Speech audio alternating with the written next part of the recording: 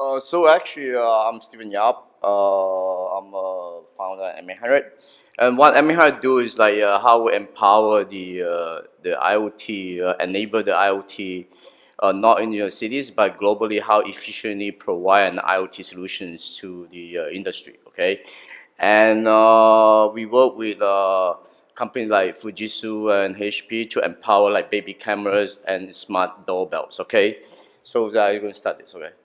I'm going to do very fast because I have the plane to catch in 8:15. Okay, so I'm sorry. So basically, what's M800 today I'm going to talk about, and the trend and how the IoT role that affect the smart city that we are going through, and then how we construct smart cities and what we need, and what are the potential for IoT partners to look at in the smart cities. Okay, so just a small introductions. We actually have proven a leading platform solutions to provide IoT solutions to enable IoT like your cameras, like your doorbells. If you are in Vancouver or in New York and you are working in Hong Kong and someone press your doorbell, you can see in the applications inside your mobile phone, so that the guys that press the doorbell doesn't even know whether you're in Hong Kong or in Vancouver, okay? And we provide a global infrastructures to enable all these things, okay? So next, so look at this.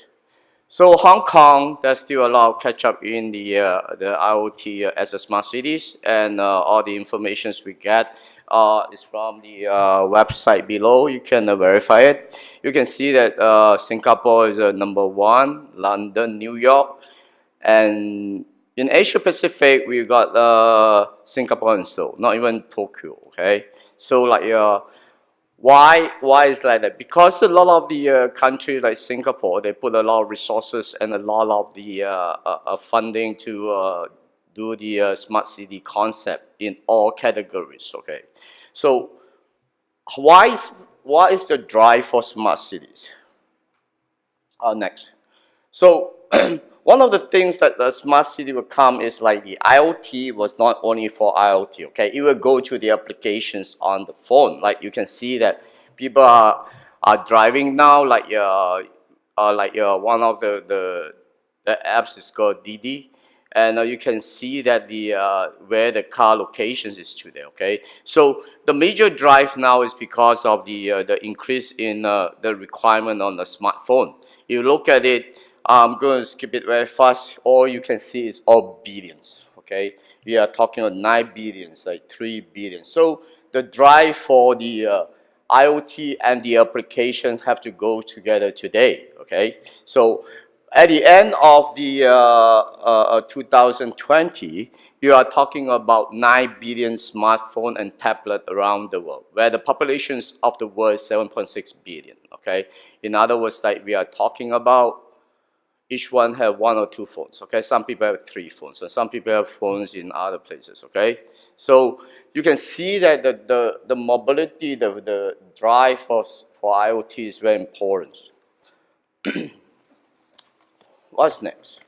So next is like the growth of connected IoT go trend to trend with the user of the applications too. Okay, and people was talking about like look at it, it will be like 20 billion connected device, and connected device alone, if you look at it, many of the things that you are talking about, 80 billion were related to Internet of Things, okay, and like gadget.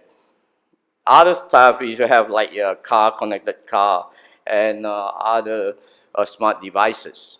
Okay, so IoT, like as everybody say, like in a family, in US or in Europe or maybe in Hong Kong, in the apartment, you're talking it will be one household were connected to 5 IoT device or 10 other IoT device. So you don't need a very difficult equations to multiply it. So in Hong Kong, we got 2 million households, maybe you multiply by 5 IoT, and then likewise for each country. Okay, that's how the numbers come in. So what's the role of IoT in the cities? Okay, we call it smart cities. Okay, IoT enable a city to make the city more advanced, okay? You don't have IoT, then it will be, you have to be more efficient, and it will make it more progressive and create a connected to the engaged community, okay? So IoT do a big role in the smart cities, okay? So what is the importance of the smart city that make IoT are more efficient, reliable, and also like to have a service level agreement? A lot of people have misunderstood that, oh, I have an IoT, okay? My devices and smart are just on the asset side. But the most important is like, how is your network infrastructures? How is your data centers like can provide this kind of services and make sure that a lot of people are addressing the data privacy, cyber securities, and data security. So these are all these questions need to be answered because IoTs have opened a very big interventions in securities in the network today, okay? So what are the major drive of this, okay? To solve these problems, to solve these problems, the global infrastructures might have a multi-point of presence. So when new IoT in, let's say you're in San Francisco today, you turn on some applications and look at your camera, baby camera, a civilian camera in Hong Kong when you are flying in San Francisco, you make sure that the quality, the SLA is all there. If you don't have a global infrastructure and multi-point of presence, it's very difficult to control the services, okay? The next thing is all IoT devices and the infrastructures are controlled by signaling control. Like your brain sending a message to your hand and you move your hand. So how this is controlled is very important in the infrastructure point of view. The next thing is like how you sending content management globally and efficiently, and how to address all like requirement by GDPR compliances by the European Union, and it's starting, all these things is coming. These are the questions that need to be answered when you want to do IoT more secure and efficiently, okay? And with all this, then only we can claim that we have a quality SLA. Like, let's say some people is talking about payment, how you make sure the payment is secure. If you don't have an infrastructure to support that, the accessibility on the asset side will not help. Okay, thanks. So I only got 2 minutes. So I just, sorry about this. So these are things about the requirement on the global structures, okay?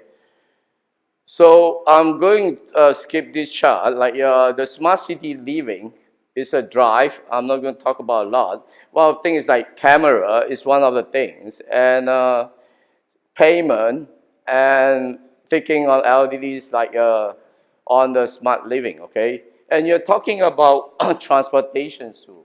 In Hong Kong, 7.6 billion people are using transportation. So how we empower the IoT to make a better transformations, like also on traffic, okay? So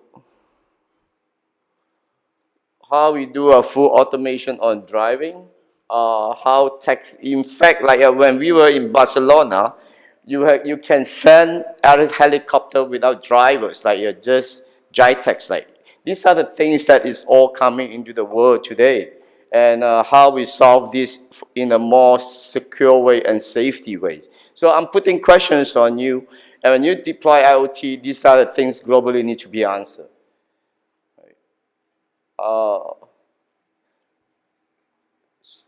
So my time is up. I'm not going to talk about it so much. So, so anyway, I'm going to talk about the use of the IoT on different requirement on different segment. Okay, so I'm interested to share and talk to you guys about if you are building IoT and in terms of a more robust and secure, then I'm happy to share and learn something from you guys, okay? And then I thanks the Mediazone for arranging it for us, and I appreciate that you have a nice evening, okay? Thank you very much. Bye.